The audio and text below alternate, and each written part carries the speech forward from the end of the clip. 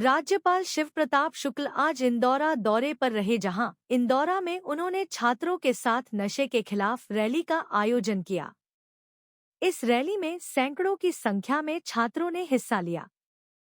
Media से बात करते हुए राज्यपाल ने कहा कि इंदौरा सीमावर्ती प्रदेश है। उन्होंने कहा कि हिमाचल, पंजाब और उत्तराखंड को वीर भूमि कहा जाता है, जहां पर जवानों की पहचान सीने की चौड़ाई देखकर होती थी, वहीं आज चिट्टे की ऊंचाई देखकर हो रही है। उन्होंने कहा कि वो इस नशे की लड़ाई को सांसदों, विधायकों और पूर्व विधायकों के साथ लड़ रहे हैं और सभी राजनीतिक पार्टियों से आग्रह कर रहे हैं कि पार्टियों के प्रचार से पहले इस नशे के दुष्प्रभाव का प्रचार करें। तभी आम जनता में जागृति होगी और युवाओं को नशे के दलदल से बाहर निकालने में सहायता मिलेगी। मैं सबसे पहले तो इन बच्चों को इसके लिए धन्यवाद देना चाहूँगा कि इस गर्मी में वो नशे की गर्मी को दूर कर रहे हैं। और सबसे बड़ी बात यह है कि पंजाब और हिमाचल के सीमावर्ती क्षेत्र है। स्वाभाविक रूप से हिमाचल को और पंजाब को, इन दोनों को वीरों की भूमि कही जाती है, उत्तराखंड को वीरों की भूमि कही जाती है। लेकिन बाहर से आकर के लोग उन वीरों की भूमि को खंडित करने का काम कर रहे थे। जहाँ सीने की चौड़ाई देखी जाती है, अब वहाँ चिट्टे की ऊंचाई देखी जा रही है। तो इस नाते हिमाचल के लोगों को भी पूरी तौर पर सावधानी के साथ अपने बच्चों को बचाने के लिए कार्य करना चाहिए और नशे को दूर भगाने के लिए हर संभव प्रयत्न हिमाचल के लोगों को करना चाहिए।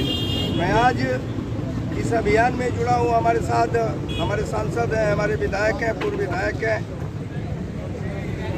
इन सभी लोगों की भी जिम्मेदारी इस बात की होगी कि अपने पार्टी के प्रचार के पहले हिमाचल को बचाओ प्रचार करेंगे, तब जाकर के हिमाचल का युवा बच पाएगा, हिमाचल के लोग बच पाएंगे। यह आवश्यक है।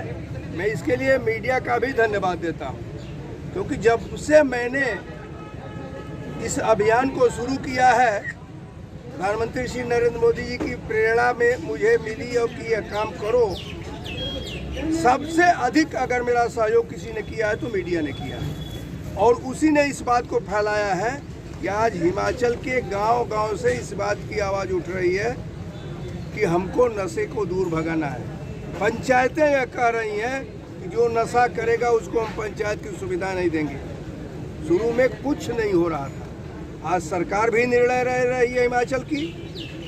आज पंचायतों की सरकारें जो हैं वो भी निर्णय ले रही हैं और लोग भी उठ खड़े हुए हैं। और आपने देखा है हजारों की संख्या में आज बच्चे और बच्चियां इस अभियान के साथ जुड़े हैं कि हम नशा को भगाएंगे। यही मैं समझता हूं कि सबसे बड़ी सफलता है। समाज के लोगों को इन बच्चों से सीख लेनी चाहिए और स्वयं आगे आकर के नशे को ख़त्म करने के लिए अपने कदम एक दूसरे के कदम के साथ मिलाना चाहिए। 1983 से शिक्षा के क्षेत्र में अग्रणी silver bell senior secondary school Hiranagar Hamirpur पिछले 4 दशकों से शिक्षा जगत में एक अहम स्थान बनाए हुए हैं। श्रीमती शकुंतला निघाल के कुशल नेतृत्व में सिल्वर बेल्स की टीम द्वारा बच्चों को गुणात्मक शिक्षा प्रदान की जाती है, जिसमें बच्चों के सर्वांगीण विकास पर विशेष ध्यान दिया जाता है। I started the school in 1983 because there was a dire necessity for the English medium school that time. So previously I was hesitating, but still I started the school with 3 children, but it flourished on very well, and that was because of the cooperation of the staff as well parents.